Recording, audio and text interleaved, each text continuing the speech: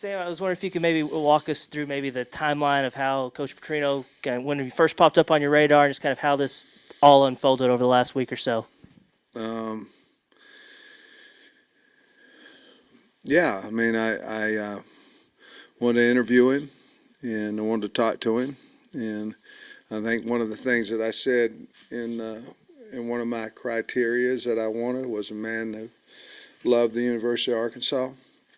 And it'd be hard to find someone that felt stronger towards Arkansas than Coach Petrino. And so obviously the next step is to talk to the athletic director about that. I interviewed several guys, 5 guys for the job, and Coach was very excited about coming back to Arkansas. And then once I knew his interest back in us, it was really a no-brainer at that point in time. And then it was just all about making the contract and the timeline and all those things work. It was a little bit of a unique hire, and that required special approval and everything like that. Just I know that the chancellor said y'all did your due diligence and everything like that. I was wondering if you could provide some insight on what that process looked like, the due diligence and everything like that. That part of it, I think that's with Hunter and those guys. I wanted to hire him.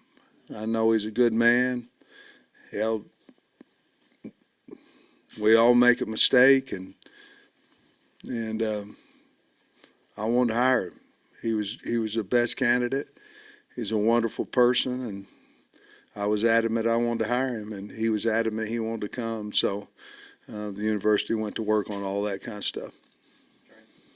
I was curious, Coach. I'm sure we all are on timeline when it popped in your head that maybe I'll give Bobby Petrino a call or see if that's a possibility. What point?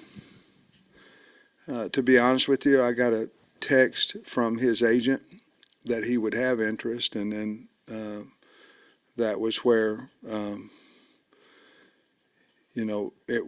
the timing was correct or right because of the Texas A&M and all that kind of stuff. And but I think it was probably a 10-day process, something like that, before the time I first started talking to guys until Coach was able to get here. After the Missouri game, we talked about momentum with NIL, big splash OC hire and stuff. Did you have it in your head then that this was a possibility, and was it kind of by design to have the NIL Arkansas edge and Petrino announced kind of the same day? Well, I think you're always thinking of ways to get the fan base. I think you're always thinking, and obviously when you lose a lot of close games and you don't finish the season like you'd like to, I think your mind goes back to, okay, how can we continue to get the fans involved in things? So I think there's always an order of how you do things and all that, and we're probably not done yet. I want to ask what you thought of in terms of hiring Bobby, like how much you might lean on him in situations, timeouts, things like that, because of his vast experience doing the same thing. I think any time that you have somebody on your staff that's been a head coach and a successful head coach, you always go over situations and you go back and forth and talk about, okay, you're watching tape, okay, what will we do here? What will we do here? What do you think in this, that, and the other? I did that with Barry a lot as well, because he had SEC experience, and obviously congratulations to him. They're playing the championship game, just really happy for him. But it's not just that, it's a daily basis of having somebody in there that's been through it, and you just run things by and visit about it and then try to do what you think's the best decision for the team. Aside from the success he's had here at Arkansas, what have you seen at some of his more recent stops that made him kind of the desirable candidate for you? Well, I mean, they about beat us out here at Missouri State. 4th and 1, he throws a touchdown pass on us, or 3rd and 1. I can't remember. I think it was 4th and 1. You have to ask him. I tried to put it out of my mind. But I mean, he's Bobby Petrino, man. and he's a wonderful mind. And he loves the state of Arkansas. He's a wonderful play caller, great guy. And I want to win here as bad as anybody any of y'all. And that was what I thought would be the best for us to win. You were at the basketball game last night. You heard the student section chanting his name. You knew maybe what type of popularity he'd be walking back into here. Well, I was hoping so.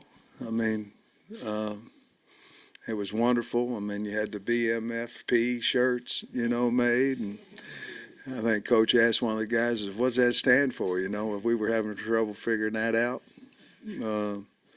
But no, it was my suggestion to go over the Duke game. I want to show him off too now. I mean, I'm proud that he came here, and we got a lot of work to do. But yeah, we want to get over there and support the basketball team. And man, what a heck of a game they played! Congratulations to them. I text Muss, and it was a great. It's been a great few days for the state of Arkansas, in my opinion. And Coach, of course, there's fans who maybe are concerned or who do not agree with the second chance opportunity. What's your message to them? Well, you're going to have people who don't agree with a lot of things in life. And my message is that we're doing the best we possibly can do for the state of Arkansas and the University of Arkansas. But if every decision I make or everything that I'm done, I'm worried about how it's going to be received, then I'm not being true to myself. And to me, this was the best hire for our university, our program, and our state. And so I'm going to stand very firm behind that. And if people don't like it, I'm sorry. Sam, do you anticipate any other staff changes on your coaching staff? Yeah, I do. I think there'll be some, but I'm not ready to talk about it, but I don't think we'll be intact totally next season. And will Bobby have full control of the offense? I know at A&M it was kind of a mix of what Yeah. Jimbo did or I whatever. don't know that, but he's offensive coordinator, and just like KB was, just like Dan Enos was, he's got a job to do, and I don't know how I can allow him to do a job if he's not. It ain't his offense. So we hired him because he's a brilliant offensive mind, and it's his offense. That's just what it is, just like it was Kendall Browse, just like it was Dan's. I'm always going to have input on what my feelings are of things, but he's offensive coordinator, and that's what he's hired to do. Sam, when it came to letting the recruits know that he was going to be your guy, did you reach out to them? Did you have Bobby call them himself? Just how did that process go? And what's been the reception on the recruiting trail? Well, I mean, we was trying to keep it quiet, but, I was in on all these player evals and leaving and all that, and we was trying to keep it quiet. So y'all let him know, that he was coming back, which always happens, by the way. I'm not being negative there, it just happens. So I was getting a lot of calls. I didn't have to call them. I was getting a lot of calls, and there was a lot of excitement about it. But we didn't have to worry about calling the kids. They were calling us. I know the roster is still pretty fluid at this moment, but KJ specifically, do you think, Yeah.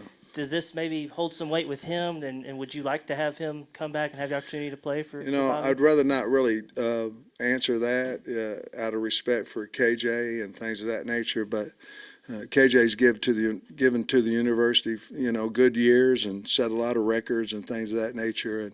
And whatever he wants to do, we'll be supportive of it.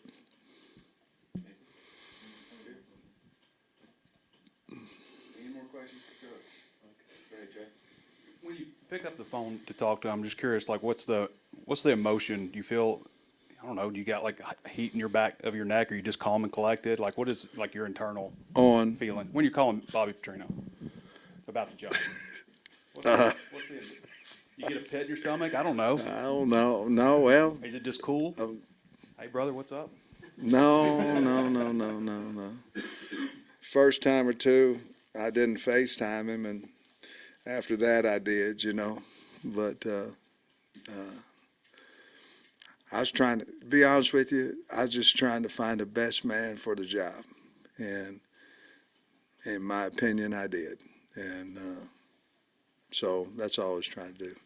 Does this allow you also, you know, I don't know this day and age, because it's the same with Kendall and Dan, as you said, in terms of them handling the offense, but your job has changed so much Yeah. just in terms of, I mean, you're almost like a GM Yeah. in a lot of ways. You obviously feel that. Yeah, I think so. I mean, I think Arkansas Edge is, you know, whatever the name is it for everybody else. I think that's changed a lot of your head coaching responsibilities, and more than that, time. Whether it's raising the money or trying to figure out, you know, where different guys, you know, are going to be able to set in the NIL and all that kind of stuff. Yeah, I think just a lot more time, and obviously, you know, we have guys that, you know, come in going into the portal, and you're not going to talk them out of it, but simply because they've already been poached by somebody else and told the finances and everything else. We do not do that here. We don't, but it happens all the time, and NCAA at some point has to put some type of penalties on people that are poaching players, because it's going around the country everywhere. We're not,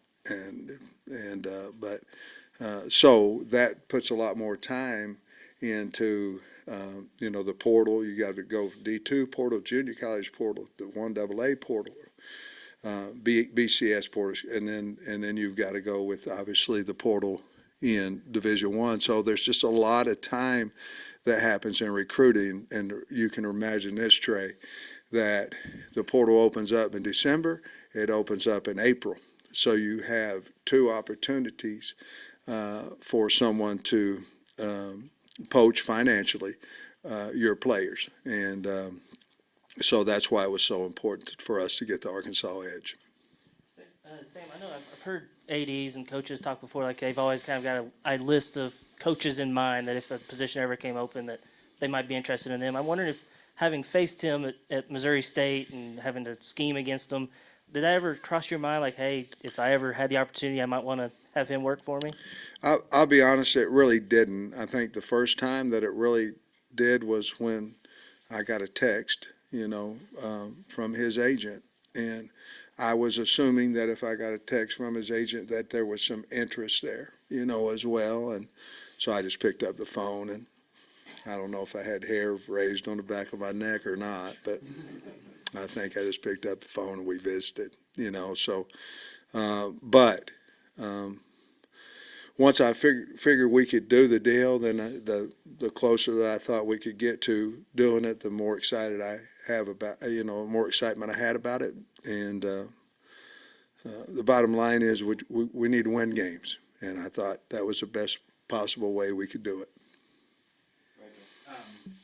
As far as the exit interview goes, how far along would you say you are percentage-wise? And that's got to be like each guy got, I mean, a great meeting, a bad meeting. It's got to be very up and down for you.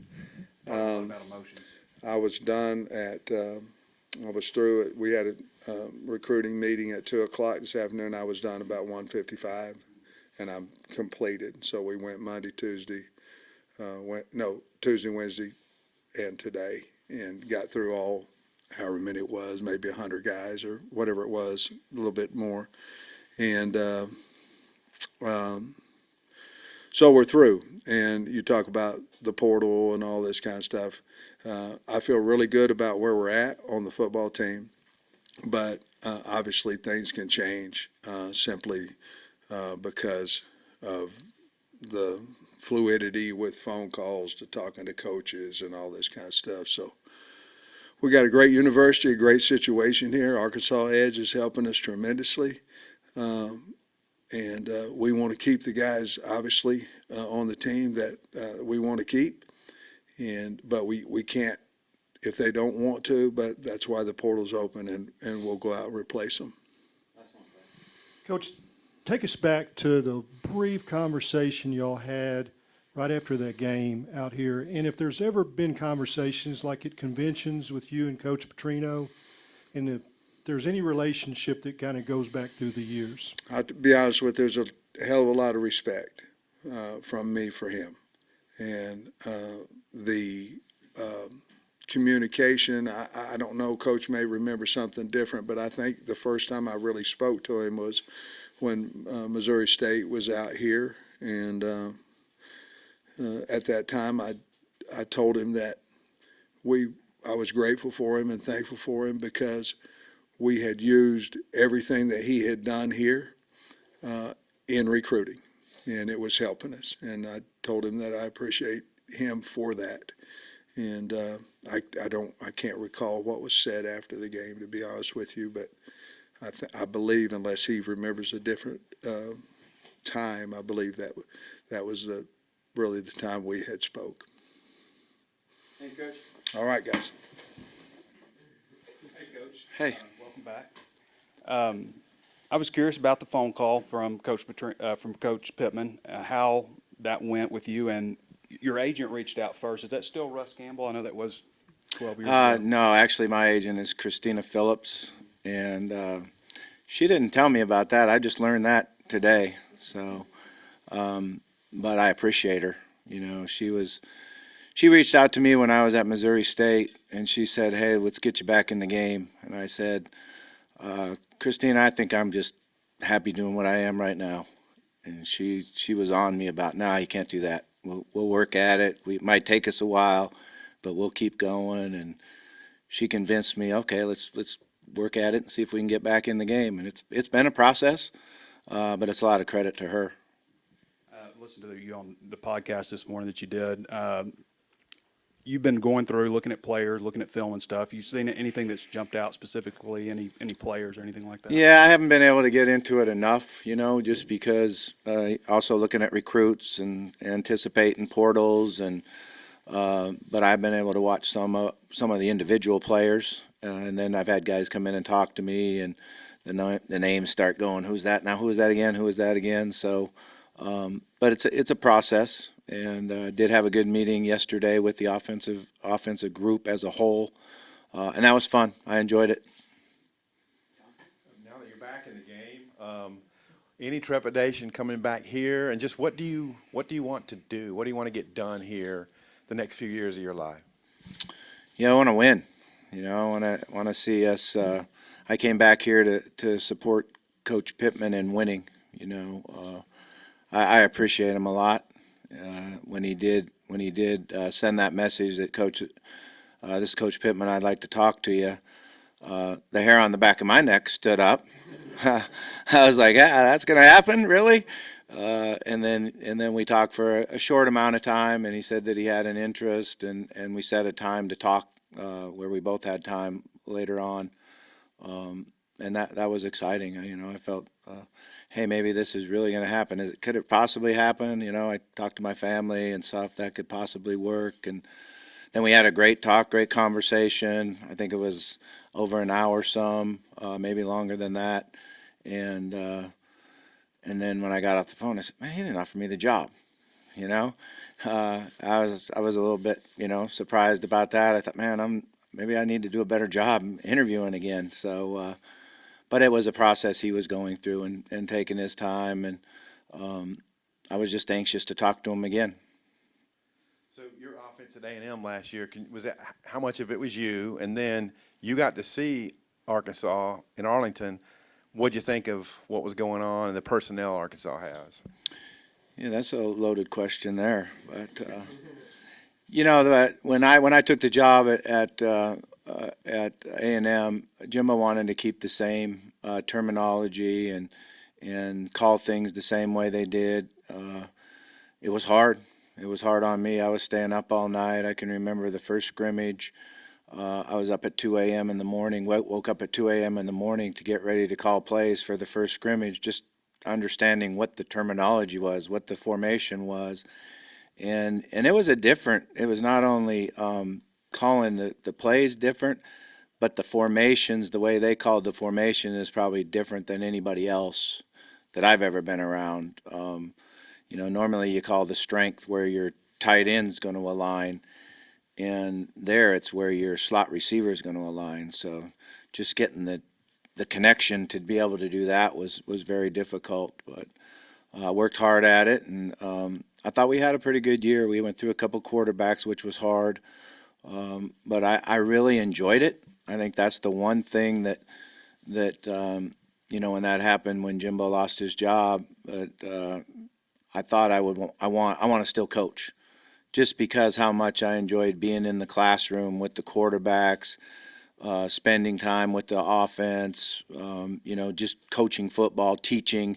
It was fun being back in the meeting room and teaching. I started getting in this profession as a teacher, so it was really fun to get back and do that. Reading some of the quotes that have come out since you accepted the job, you've talked about always wanting to come back and this being a dream. I'm just curious, was there ever a time since you left where maybe there was some anger towards this place, and when did that anger maybe turn into a desire to return? No, there never was any anger at all. I was always a Hogs fan. I watched. People would ask me, "Are you going to watch the game? Are you going to watch them play?" And I watched as many games as I could. I cheered for them. I rooted for them. Loved the players. Coach, I know you returned to the Little Rock Touchdown Club a few years back, and it was well received and everything. But could you have ever imagined at that time? You said you always loved the Hogs. Could you have imagined getting this opportunity to come back and coach like this? Well, like I said, I thought about it and dreamed about it, and I didn't know if it would ever happen. So certainly, I can't tell you how excited I am to be back here. It's going to be a lot of fun, and I truly do love Arkansas, the university and the state and the people. I think it's the most special place I've ever been. And you mentioned getting to kind of see some of the individual players that Arkansas has on the roster. I know it's still a fluid situation, but given your history, I was wondering about if you had any particular thoughts on the quarterbacks that Arkansas has here, Jacoby Criswell, Malachi Singleton, if you've had a chance to look at them and see what you thought about them. Yeah, I've had a chance to watch their video and see, some of their practice video, some of their game video, and see things that they can do. And obviously, you like the talent that you see there, arm strength and mobility and different things they can do. You really don't know a lot until you get out on the practice field and start practicing with them. So we'll look forward to that. And the rules are of such now where we have time to meet with them when we come back from Christmas and get in the classroom with them. So it'll be fun to see how much they understand about the game of football. Bobby, last night, 20,000 people, yelling your name. I mean, how does that make you feel? It was exciting. Yeah, I felt good about it. And again, I got to say it's a credit to Sam, to be able to bring me there and allow that to go on. I think it's just a credit to him. You can see the confidence that he has in himself as a man, and how much he loves the university and wants to do what he believes is best for us to go forward to win. Is a real credit to him. It's been over 10 years. How are you different now than you were in 2011? Yeah, I mean, everybody's different, that, and you're different than you were back then. So hopefully I've grown as a coach, as a teacher, as a husband, as a father. I believe totally that I have. But hopefully I'm better tomorrow than I am today. Bobby, I remember going to the groundbreaking for the Smith Center. I think it was maybe a Friday before a home game, but you never got to get in that building. I assume you've been in there now. Just kind of, what's your thoughts on that building and finally getting to work in there? Yeah, it was fun to walk through it and see it. And yesterday I took my own tour, I guess. Rounded up one of the young guys and said, "Hey, take me through the building here and show me it around." So it was exciting to see it. They certainly did a good job with it, and it'd be fun to start working in there. And have you decided if you're going to be on the field or in the press box? I haven't even thought about it. You guys are way ahead of me. Coach, you talked about having to learn new terminologies. Sam going to turn you loose on you call Yeah, it what we you talked want? about was be able to come in and run the offense and put the offense in and do that. And one of the things I've learned throughout my career is that you utilize everybody and you try to get everybody's input. And certainly I want to see the assistant coaches have their input. And when I interviewed with Coach, we talked about certain things. If he walked in the room and asked me about this, asked me about that, what do I think about that? And I'd say, well, I'd welcome it. You know, there's a reason he's known as the best offensive line coach in America. And you know, if he has certain thoughts that he wants to do on short yardage and goal line, I communicated to him that when I was calling plays at Arizona State, Bruce Snyder ran short yardage and goal line. That's what he wanted to do. That was something he was very, very proud of and very, very fond of. And you know, it's if Coach wants us to do something on short yardage and goal line or third down, you know, we're definitely gonna work on doing it. And I think that's how it has to work. That's how it goes. He's the head coach, and we're gonna do as much as we can to keep him satisfied and happy. And you know, that, as an assistant, what you try to do is keep the head coach happy, and you know, not chewing you out. So that's one of my goals. Let's make sure he's not chewing me out every day. This is not football. So tell me about Northwest Arkansas. You look forward to hitting some balls in the bushes at Blessings or Beaver Lake. What goes through your mind that I'm back in Arkansas? I got a lot to learn, man. I can't even find my way around. It's changed. You know, it's really changed. The roads are a little bit different. The way you get places are a little bit different. I drove up in front of this building right here, and I'm like, wow, they redid that too. So first thing I got to do is find out where I'm at. Definitely like going to the lake. That's something that we've always enjoyed as a family and love to do. And it's on my bucket list to be able to slalom when I'm 70. So I've got to keep working on that, make sure I'm in good enough shape to be able to. I don't get up anymore on one, to be honest with you. I get up on two and drop just because it's so hard to grind to get up on one. And nobody skis anymore. My kids have totally went away from me, and they don't ski. They surf and wakeboard, and I don't even see the fun in that. You go so darn slow. I don't know how it's fun, but I'm still gonna water ski. I've lost a lot of balls at Blessings, so maybe if I get to play that sometime, I'll find a few of them that I left out there. I have to drop a ski too, man. So. Well, I don't have to. I choose to. Oh, okay. I'm kidding. I can't get up on one. Your signaling. I wonder what you thought of the signaling, sign stealing flap this year, and how that apply to you, maybe, or you know, how what's the future of signaling as well? Do you think helmet devices are? Yeah, I think that they should have done that a long time ago. You know that, and I don't know anything about Michigan and what they did or any of that. I honestly didn't pay any attention to it. But I do know when you went and played Clemson that they were going to have your signals. Guys on the sideline standing there with the sheet of paper with your signals on it, and that was tough. And the SEC and the ACC and have talked for years about putting the piece in the ear, and one of the issues that you always have in the NCAA is everybody has a vote. So there's a lot of schools that play football that can outvote the major conferences that don't have the money for that technology to be in their helmets. So that's why they got to do something about it. But it's become more and more relevant throughout the years that I've been in about people stealing signals and calling defenses and offenses that way. Speaking of money, your thoughts on Arkansas Edge and how that might help you in the portal and things like that. Yeah, I got some reading up to do on that. I've been kind of in a whirlwind, so I haven't even been able to check up. I know Coach told me that he was excited about the new NIL deal that's going on, and at A&M, the assistant coaches knew nothing. We weren't involved in any part of the NIL. I didn't know what anybody on the team got or didn't get, so I haven't paid enough attention to it yet. I got some work to do. Remember that 08 LSU game where you guys threw deep in a short yardage situation, and you were like, well, this is the last time their corners are going to be cheated up on us. And you've always kind of done stuff like that, like maybe not even so much just about the plays that you're calling, just about when you call them and your feel and stuff. What has changed the most about your offense since you were here last? I honestly don't think a lot has changed simply because I don't think it's about plays. I don't think it's about what you do. I think it's about how you use the players that you have.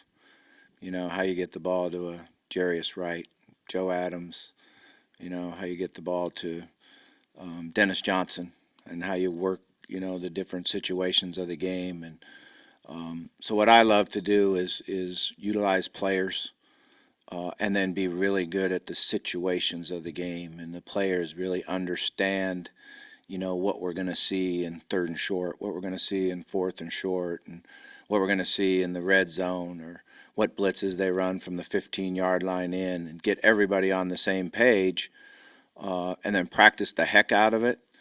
And then when you're on the left hash, 35-yard line, 1st and 10, you want to take a shot at the end zone. Everybody knows what we've done, what coverage we expect, and then what to do if we don't get that coverage. You know, or what are you going to do on 4th and 1, left hash, you know, game on the line. We ran the ball the previous 2 times, got knocked right in the mouth, so let's give us a little play action in there and see if we can get it. So I kind of like to really work on situations and players. We saw your messages after Ryan Mallett's passing, and I know you loved him. And I always remember also people used to say that Ryan Mallett was the perfect quarterback for your system. And then you went to Louisville and you had Lamar Jackson, and I was thinking, well, what's Lamar Jackson then? What kind of quarterback do you like? I mean, and Tyler Wilson was a different quarterback for you. What type of system, quarterback, I guess, in your system would you like to have the most? Yeah. I mean, Ryan was pretty perfect because Ryan was as smart as you could possibly be. He understood the game. He understood his players around him. He understood when you made a call what you were thinking. He was really a guy that you could anticipate what he was going to do.